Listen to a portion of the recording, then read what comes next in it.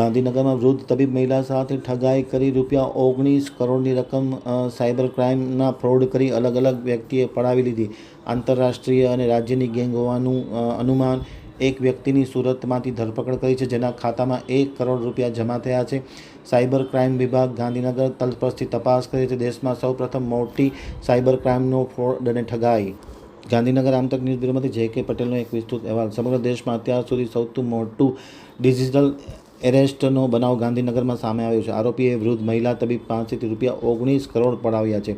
કેસમાં CID cyber સેલે એક આરોપીની ધરપકડ કરી અને વધુ કાર્યવાહી હાથ ધરી છે। ગાંધીનગરમાં વૃદ્ધ મહિલા તબીબને આંતરરાષ્ટ્રીય અને ભારતની ગેંગ દ્વારા 3 મહિના સુધી ડિજિટલ એરેસ્ટ કરવામાં આવ્યા હતા। ભારતમાં સૌથી વધારે ડિજિટલ એરેસ્ટનો સમય 40 કલાક સુધીનો છે, જ્યારે સૌથી મોટી રકમ એક જ વ્યક્તિ પાસેથી સેરવી લીધી હોય તો તે 12 લાખની છે। પણ આ મહિલા પાસેથી 3 મહિનામાં ડિજિટલ એરેસ્ટ બનાવી ₹19.24 કરોડ જેવી જંગી રકમ હડપ કરી જવાનો આ પ્રથમ કેસ ગુજરાતમાં નહીં, પરંતુ દેશમાં સૌથી મોટો કેસ નોંધાયો છે।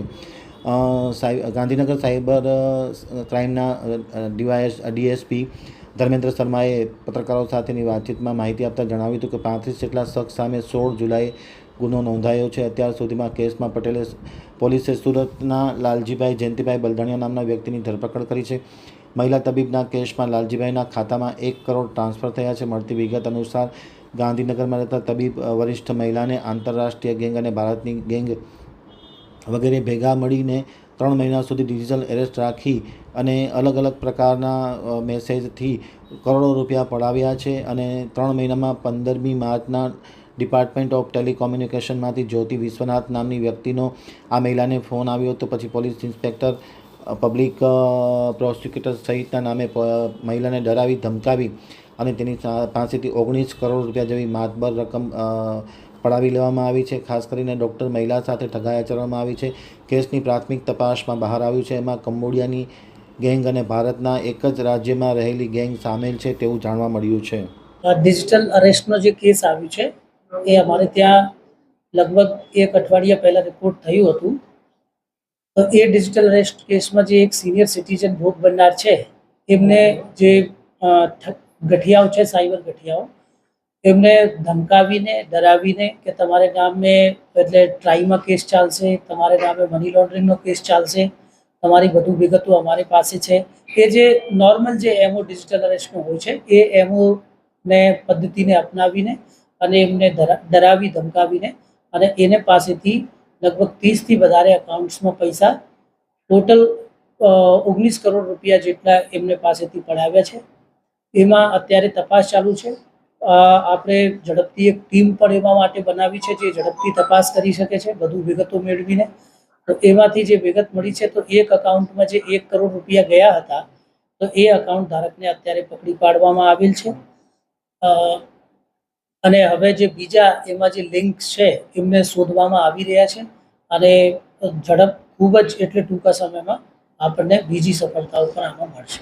સાહેબ, આ જે એમઓ છે એના ઉપર લાગે છે કે જે ફરિયાદ કરી છે કે લોકલ લોકો છે અથવા બહારના લોકો છે, બીજી અન્ય એજન્સીઓને તપાસમાં જોડવાની વાત આવશે?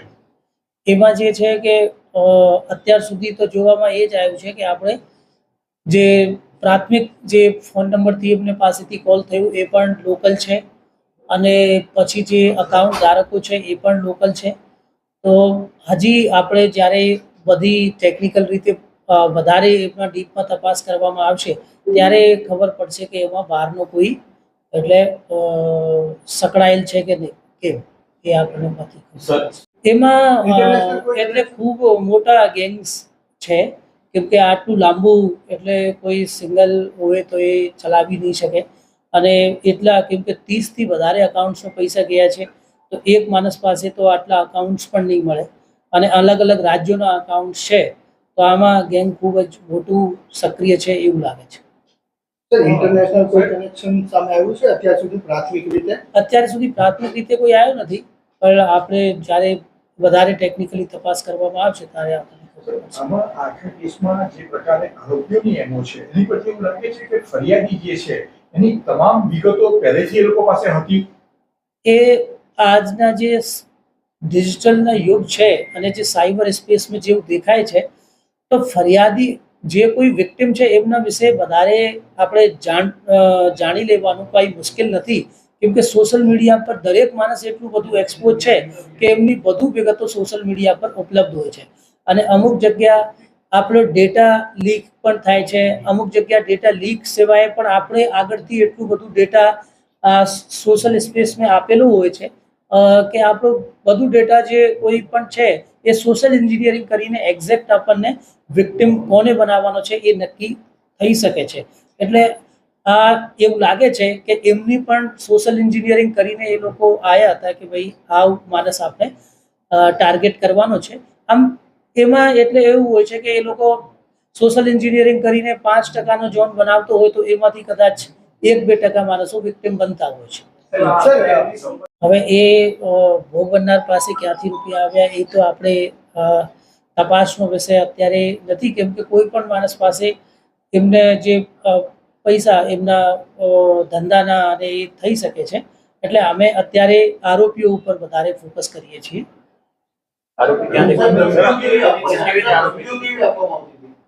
ધમકીઓ એટલે એ જ, તમે અરેસ્ટ કરી લેવામાં આવશે, તમારું જે ફોન નંબર છે એ પોર્ન એક્ટિવિટીઝમાં બીજી એક્ટિવિટીઝમાં સંકળાયેલ છે, એવી પ્રકારની ધમકીઓ કે તમે અરેસ્ટ થઈ જશો, પછી તમે કોઈને કહેશો તો જે આ માણસ સાથે તમે ઇન્ફોર્મેશન શેર કરશો તો એ માણસને પણ અરેસ્ટ કરી લેવામાં આવશે. એટલે એવી પ્રકારની ધમકીઓ એમને આપવામાં આવેલી. પહેલો જે કોલ આવ્યો હતો એની પર ધમકી આપવામાં આવી હતી કે એન્ટી નેશનલ એલિમેન્ટ્સ અથવા એ પ્રકારના મેસેજ તમારા ફોન પરથી સ્પ્રેડ થશે સોશિયલ મીડિયા ઉપર.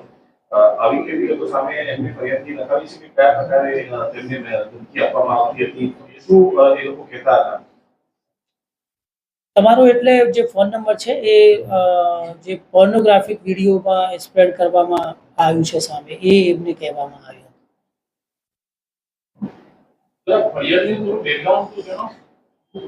આપણે ફરિયાદી સિનિયર સિટીઝન છે અને હવે આપણે ફરિયાદીની ઓળખ વધારે આપી નહીં શકીએ કેમ કે સેન્સિટિવ છે અને ખૂબ જ ત્રાહિત છે.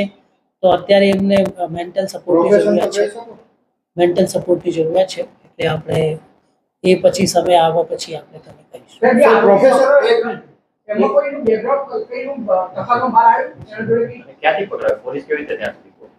પોલીસને તો જે અકાઉન્ટ મળ્યા કે 30 અકાઉન્ટ જેમાં પૈસા જમા કરાવ્યા, તો એટલે અકાઉન્ટ્સની શોધખોળ કરી કોના નામે છે, શું નથી, તો એમાં એ આરોપી પકડાઈ ગયા છે.